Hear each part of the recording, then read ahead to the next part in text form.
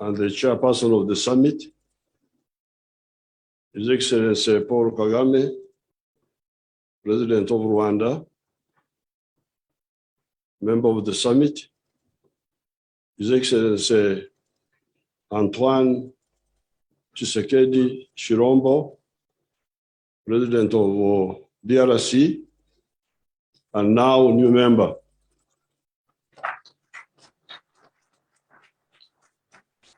Nakaribishwa Mheshimiwa. Our chairperson spoke. I don't know why you want so many people to speak. To dilute words. But I just want to remind Africans, because Africans need a lot of reminding. I don't know why. That when we talk of integration, we are talking of three things. Number one, prosperity. It's not about leaders and ministers and council, because you spend a lot of time on those. Council, ministers, what, Secretary General. This is about families. Families of Africans. That's what we are talking about.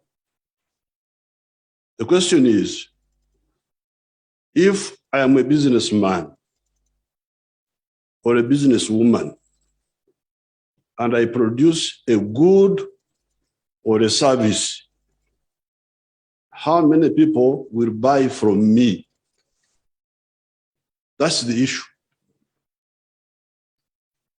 In order for my family, forget about ministers, presidents, what? The families. I have a business. I have produced a good or a service. The good thing in Africa is that people are asleep. When you are asleep, it is also good because you don't know what you are missing. Now, Ugandans were asleep for a long time. And that's why they were busy with the tribes, with religion, divided. When our group came and woke them up, they have started producing a little bit. They are still asleep, but they are waking up a bit. So when they start producing, like me, I am a cattle keeper. I produce beef, I produce milk, I produce bananas. Uganda already has a surplus of all those. We're producing 2.8 billion liters of milk. Uganda is consuming only 800 million. Surplus of 2 billion. Where do you sell it? If you don't sell it, prosperity will not grow. The same with maize. The same with industrial products. So this is the first thing. If you want prosperity in Africa, the way forward is integration. Why? Market. Internal within Uganda, regional within East Africa, then Africa. But then you can also negotiate better with the bigger markets outside. Because if you have got a big market of your own, you can go to the Americans and you say, if you don't give me this, I will also not give you this. So this big market helps us also to negotiate better for access to other markets. So this is point number one. Number two, strategic security. How can we be secure? Because you see the terrorism.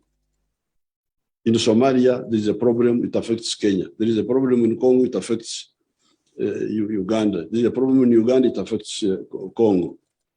And yet we don't work together to solve these problems. The problems are Pan-Africanist, they are global, but we act parochially. How shall we manage? If the problems are Pan-Africanist, we must be also Pan-Africanist in handling them. This is the second word in integration, strategic security. Finally, fortunately, as His Excellency Uhuru said, for us, actually, things are very easy. There's a third word, brotherhood, undugu. These people are trying to unite. Are they really very difficult to unite? But they are similar people. Mulembe, Makwa. I'm speaking with that man there. He's a lawyer from Western Kenya. You can go into DRC. I can go to Bunya and address a public meeting in my local language, and they will hear what I'm saying. Bunya in Congo. President Kagame can go to Ruchuru and speak in Kinyarwanda, and people will understand him.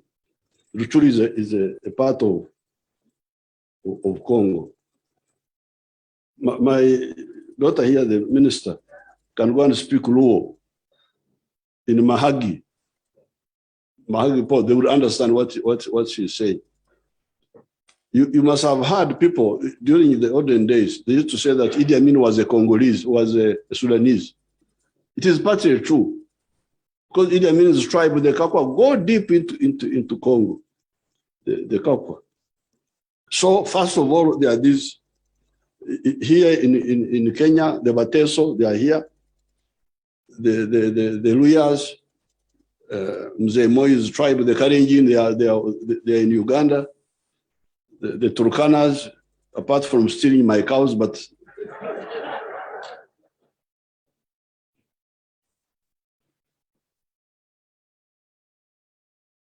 so these are all linked people.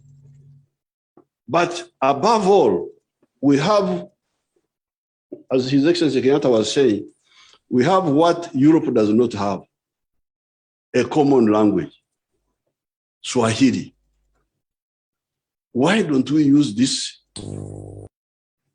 social infrastructure, historical infrastructure, to work for the other two targets, prosperity and strategic security? And then you happen to be lucky to also have the social historical infrastructure of culture, and above all, a common language. In Europe, you saw what the problem they had about what language do you use? English, German, French. They're a bit stuck. That's why they cannot move as fast. But here, we don't have that problem. I want to help His Excellency Kenyatta. The quotation he made here, he missed out something. This was the debate in 1963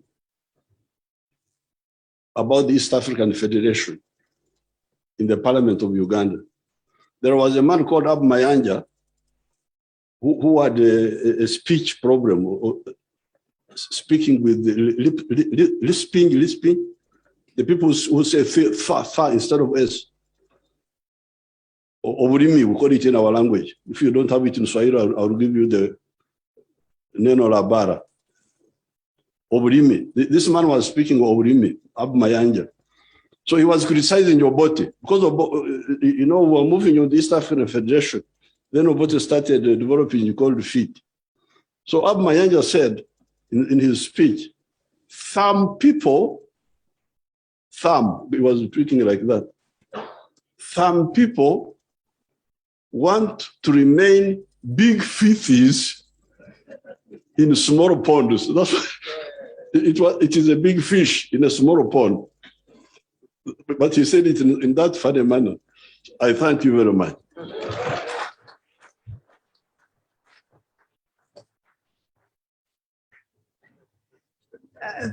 Thank you very much, President Museveni, and we really want to thank you for your very enduring commitment to integration in East Africa and beyond.